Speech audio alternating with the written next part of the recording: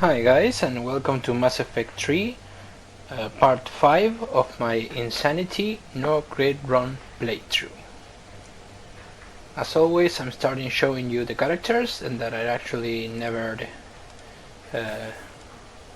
upgraded them. Sorry, I was just dropping some volume there. So, in this episode we're going to be in the Salarian home planet that is called Surkesh. We're going to be rescuing a female Krogan that is going to save all the rest of the Krogan race from the xenophage, which is a disease that made like 90% of all females infertile. It was a design disease created by the Salarians themselves. And the story is long, and if you never played a Mass Effect and you want to, I will say that start with the first one, then go to the second, and by that time you're going to really enjoy at least half of this one. But this is not just so much about the story, even though I will criticize this heavily towards the ending of the run, when we see that horrible ending, and I will kinda do my review there. But this is the combat scenes, and if you're hearing a lot of explosions right now, it's because they are throwing fireworks close to my house, and of course they have to throw fireworks as soon as I start recording, right? It's like that. It's just, they were not throwing fireworks when I was editing and rendering and doing a lot more than recording. They have to do it when I'm commenting. So excuse me if that noise here is really loud. I will see if this is like uploadable, because the thing is I do like to do this commentary not so scripted, as I said before, and kind of improvised, because it feels more natural and is in line with what I like watching in YouTube. So I guess that's what I wanted. But if the audio is fucked up because of the fireworks, I'll re-record the entire episode. And I mean the commentary, of course. So here we are facing Cerberus forces. Excuse me. Let's get into the chapter. We are facing Cerberus forces. We're going to have engineers. We're going to have centurions with smoke bombs, as you can see.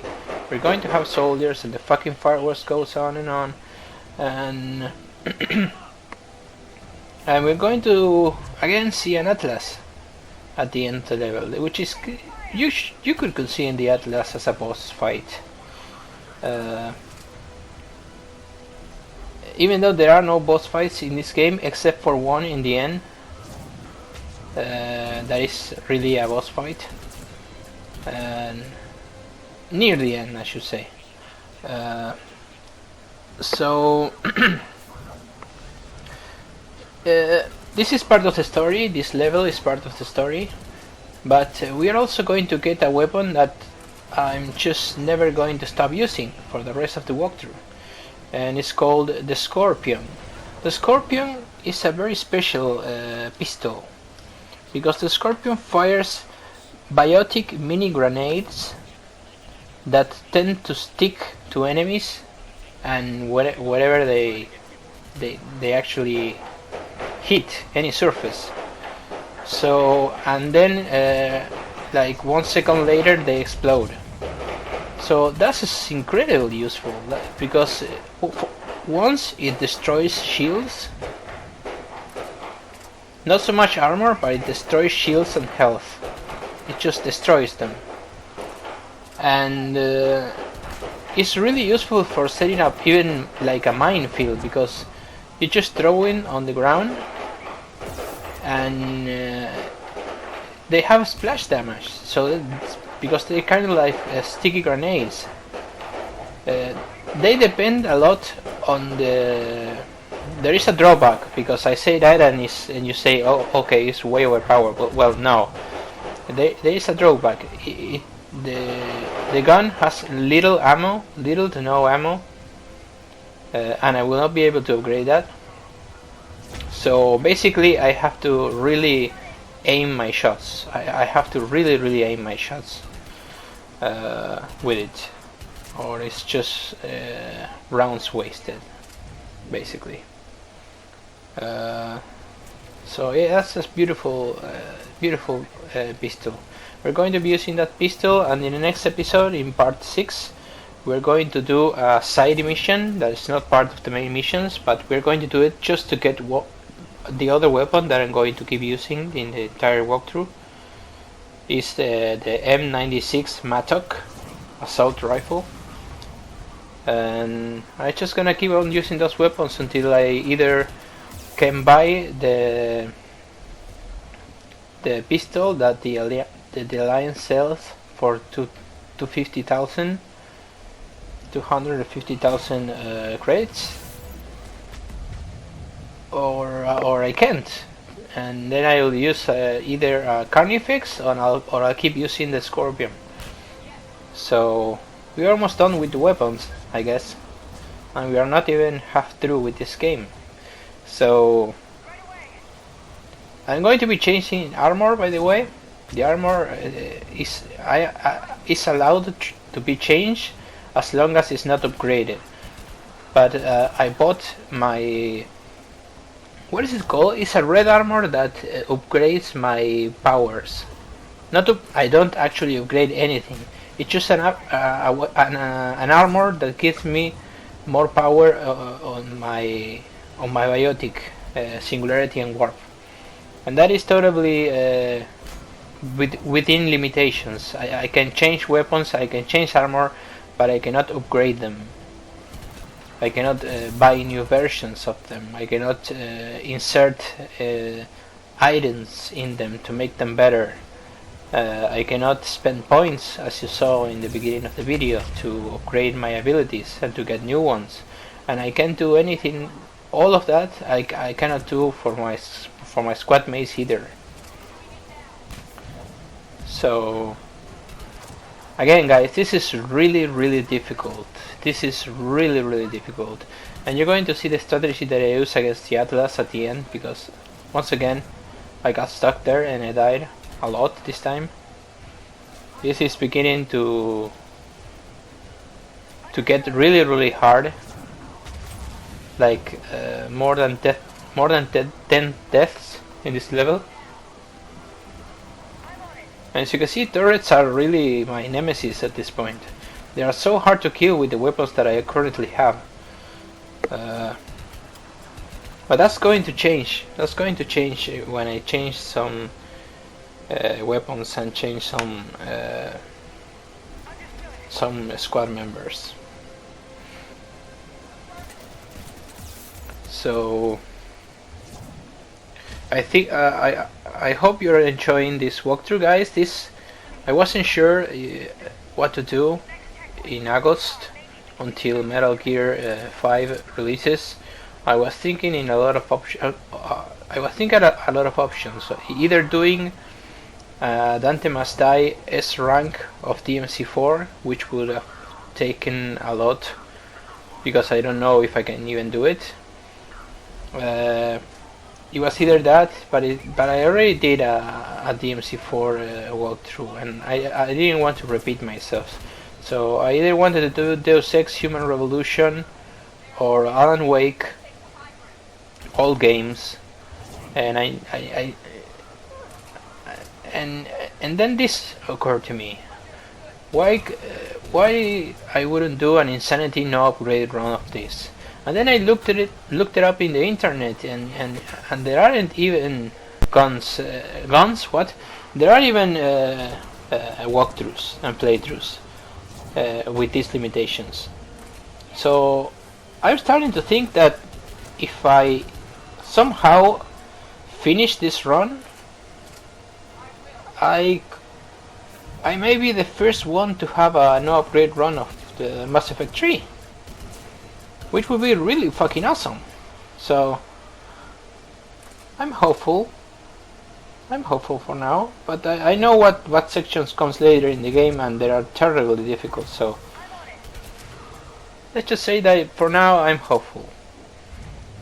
So as I said before, I'm going to do Mass Effect 2 and Mass Effect 1 if this run is successful, but I'm going to do it later in the year because right after I'm done with this playthrough, or I'm not done because I failed, I will be concentrated on Metal Gear.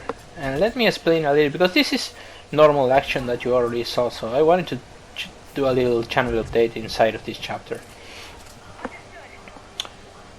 The way I'm going to treat Metal Gear is this. I'm going to play it on normal, all missions, and when you play it on normal, you immediately after you can play them on hard.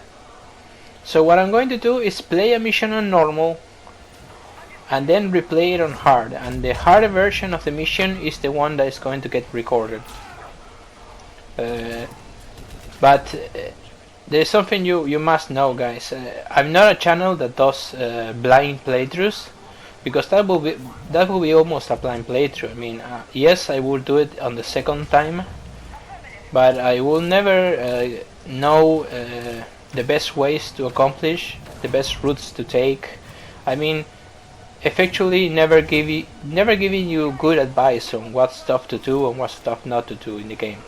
So what I'm going to do is finish the game myself on normal, and after I finish the game and I know everything that I need to know, then I will do the hard walkthrough, more like it.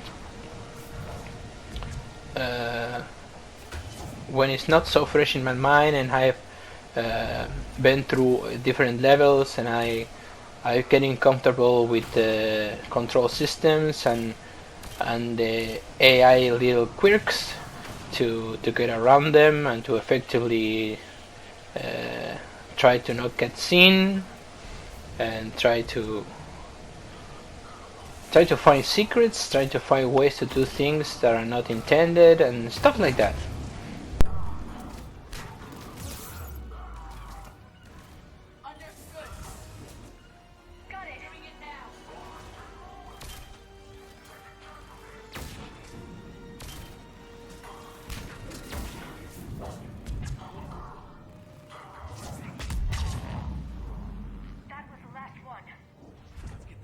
So okay, having said that, we are approaching the final battle, and this one I need to commentate it because you have to prevent them to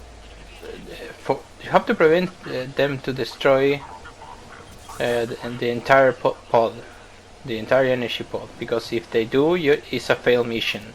It's basically as if you would have died. So what you have to do is basically move to this position and attack everyone who is shooting. See that I'm using the Scorpion already because I grabbed it after the last section. And just notice how beautiful this weapon is.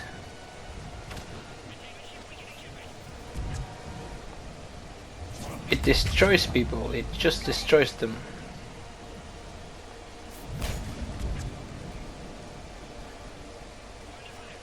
So here we are still trying to save the pod integrity, and we have done it, and now there is an edit because this is the final part that I died so many times. Now here's the Atlas.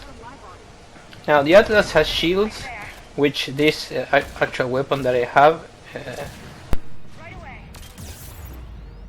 and that's a bug, it's through the shields, but the enemies are going to come from where I'm pointing now, through that attack, and I need to cover that area. So you're going to see me moving, going around through these stairs. See? He already lost his shield, is on armor alone, and I'm going to try to cover that higher area over there. As soon as I gain my shield back... Oh.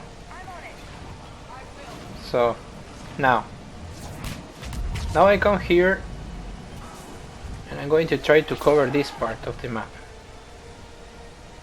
Have to get this guy down. See the weapon? Look at that. Beautiful.